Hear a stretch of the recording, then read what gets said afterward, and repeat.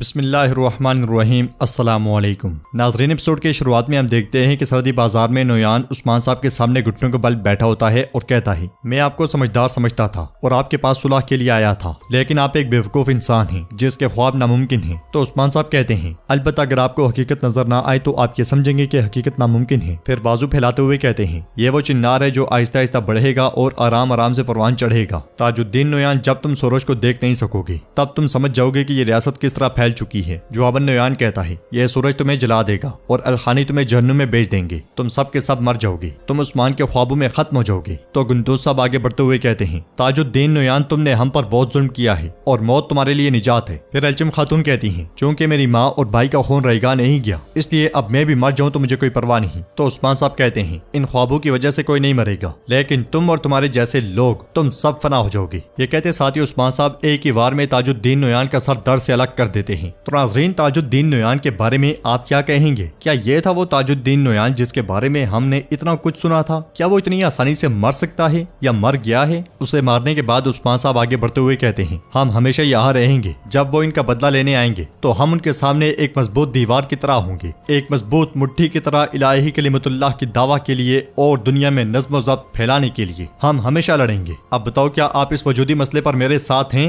तो सब सिपाही तलवारें बुलंद करते हुए कहते हैं, हम आपके साथ हैं उस्मान साहब, हम आपके साथ हैं। इसलिए में सिपाही बेसुंगुर उस्मान साहब के पास आकर कहता है, हुजूर, गुंदोज साहब के कबीले के कैदियों को बाजियाब करा लिया गया है, वो अब यानी शहर की तरफ जा रहे हैं। यह सुनकर उस्मान साहब कहते हैं, कितनी बेहतरीन खबर है। गुंदोज साहब करारगाह में मौजूद तमाम कैदियों को आजाद करा लिया गया है, अब वो यानी शहर जा रहे हैं। यह सुनकर गुंदोज साहब और उनके घर वाले बहुत खुश होते हैं और सरदार गुंदोज उस्मान साहब से कहता है, ताजुद्दीन के बाद ये दूसरी खुशखबरी है, आप जीते रहें, आप सलामत रहें उस्मान साहब। ये कहते साथ ही वो उस्मान साहब से गले मिलते हैं। इस सारे मंजर को देखते हुए मेहमद को काफी ज्यादा गुस्सा आता है और उस्मान साहब बुरान से कहते हैं, कुछ जंगजू नोयान के सिपाही का पीछा करें, उससे पूछने के लिए बहुत कुछ है। फिर नोयान की लाश देखते हुए कहते हैं, इस कुत्ते के सर को तमाम कबाइल की तरफ ले जाओ और दिखाओ ताकि तमाम कबाइल हमारी फतह की खबर सुने। ये वक्त है कि हम अपने दोस्तों को महफूज महसूस करें और अपने दुश्मनों को खौफजदा करें। ये सुनते साथ ये सिपाही एक बार फिर उस्मान साहब जिंदाबाद, उस्मान साहब जिंदाबाद के नारे बुलंद करते हैं और उस्मान साहब फातिहाना अंदाज में सरहदी बाजार से रवाना हो जाते हैं। उधर हम देखते हैं कि शहजादी मारिया को ले जाने वाले मंगोल जंगल में बैठे खाना खा रहे होते हैं। शहजादी मारिया भी खाना लेकर खेमे में चली जाती है और वहीं पे झाड़ियों में छुपा बेंदर सिपाहियों के साथ ये सारा मंजर देख रहा होता है। फिर कहता है, हम इन कुत्तों को मारे बगैर शहजादी मारिया को लेकर जाएंगे, किसी को पता नहीं चलेगा कि हम इसके पीछे हैं, चलो। ये कहते साथ ही बेंदर एक सिपाही के साथ खेमे की पिछली तरफ जा पहुंचता है और जब खेमा काटते हैं तो बेंदर को देखकर शहजादी मारिया बहुत खुश होती है। बेंदर कहता है, मैं आपको लेने आया हूँ। ये कहने के बाद बेंदर शहजादी मारिया को लेकर जैसे ही खेमे से निकलता है तो वहाँ पे बाज़ंतीनी पहुंच जाते हैं और वो मंगोलों पर अंधाधुंध तीर बरसा देते हैं। ये मंजर देखकर सिपाही बेंदर से पूछता है, बेंदर साहब ये कौन है? जवाबन बेंदर कहता है, जाहिर शहजादी को बचाने के लिए इनके पीछे और भी लोग हैं, ये जानने का वक्त नहीं है, चलो।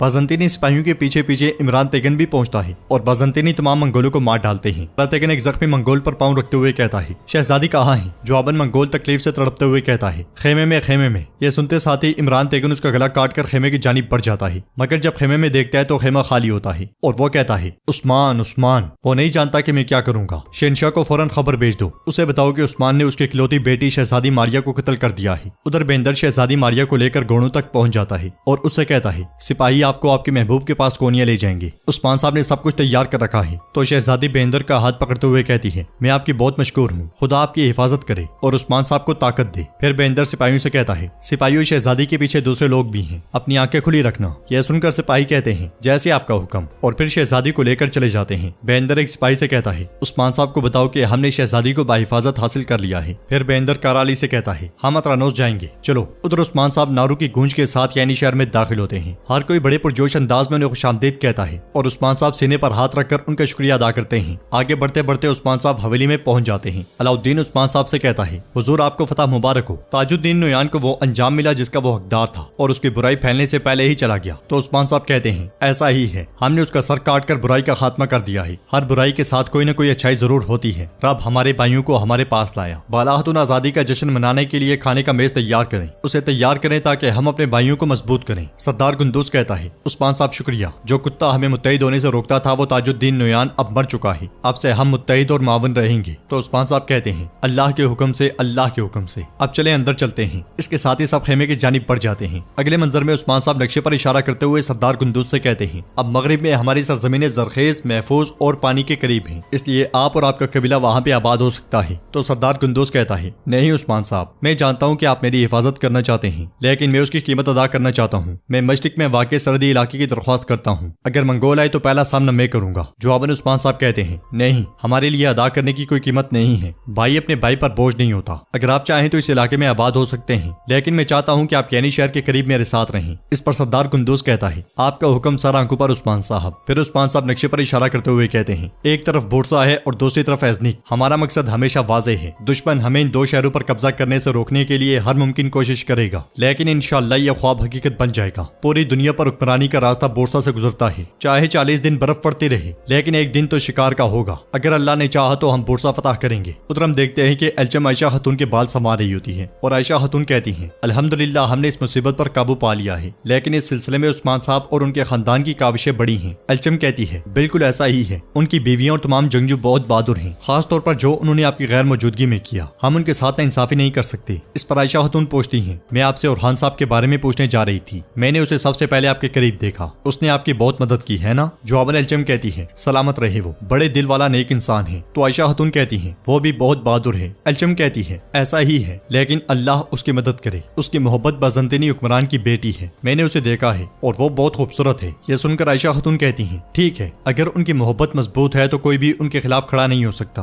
अल्लाह उन्हें इकट्ठा करेगा। नाज़रीन, इसके बाद हम अगले मंजर में देखते हैं सरदार कुंदूस और हान और खवातीन खाने के मेज के पास खड़ी होती हैं और आयशा खातून खूबसूरत दस्तरखान सजाने पर बाला खातून का शुक्रिया अदा करती हैं। इसलिए में उस्मान साहब वहाँ पे आते हैं और सबको देखकर कहते हैं, हर कोई आ गया है माशाल्लाह। फातिमा बेटी, अब देखो यहाँ कौन है। इसलिए में मलून खातून वहाँ पे आती हैं। मलून खातून को देखते साथ ही फातिमा समेत बाकी सब लोग भी बहुत खुश होते हैं और फातिमा उनसे गले मिलते हुए पूछती है, क्या अभी तक आप नहीं गई? तो मलून खातून कहती हैं, मैंने एक अहम काम के लिए अपना सफर मुलतवी कर दिया। इसलिए में अलाउद्दीन छुपता छुपता आता है और उन सब के साथ शामिल होने की कोशिश करता है, मगर बाला खातून उसे देख जाती हैं और सब मलून खातून से मिलते हैं। जबकि बाला खातून अलाउद्दीन से पूछती हैं, तुम कहाँ थे? मुसलसल गायब। मगर अलाउद्दीन कोई भी जवाब नहीं देता और सब खाने के मेज पर बैठ जाते हैं। फिर उस्मान साहब सरदार कुंदूस से कहते हैं, बताएं आपका कबीला कब आएगा? जवाबन सरदार कुंदूस कहता है, वो जल्द अज जल्द यहाँ पहुंच जाएंगे इंशाल्लाह और ख्वाब हकीकत बन जाएगा, क्योंकि कायद दोबारा मुत्तहिद हो जाएंगे। तो उस्मान साहब कहते हैं, इंशाल्लाह इंशाल्लाह, हाँ अब से हम मुत्तहिद रहेंगे, अब से हम एक बड़ा खानदान बनेंगे, लिहाजा अपने राजों को जाहिर करें और हमें बताएं कि आप क्या छुपा रहे हैं। ये सुनकर वो सब चौंक जाते हैं और कुंदूस साहब कहते हैं, उस्मान साहब आपसे कोई भी चीज छुपी नहीं रह सकती। मैं इस बारे में यही बात करने जा रहा था। अब जब ताजुद्दीन नोयान मर गया, उस राज को छुपाने की जरूरत नहीं। फिर एल्चम की जानिब इशारा करते हुए कहता है, आयशा खातून, ये मेरे शहीद बेटे की अमानत है, ये मेरी बहू है। फिर आयशा की तरफ इशारा करते हुए कहता है, और ये एल्चम खातून है, मेरी बेटी। ये सुनने के बाद सब हैरानो परेशान हो जाते हैं और बाला खातून पूछती हैं, आपने ऐसा कुछ क्यों किया कुंदूस साहब? जवाबन सरदार कुंदूस कहता है, और जैतो खान अपने लीडरों की शादी सरदारों की बेटी से करता है ताकि वो उस खानदान में शामिल हो जाए और उनकी हिफाजत करें। जब उन्होंने एल्चम लेने के लिए हमारे कबीले पर छापा मारा तो मेरी बहू आयशा ने इस खेल का मंसूबा बनाया। तो नाज़रीन, इसके साथ ये एपिसोड भी इख्तिताम पजीर होती है। क्या आपको लगता है कि कुंदूस साहब सच कह रहे हैं या फिर कुछ छुपा रहे हैं? अपनी कीमती राय का इजहार कमेंट बॉक्स में कीजिएगा। अगर आपको वीडियो पसंद आए तो वीडियो को लाइक करें, चैनल को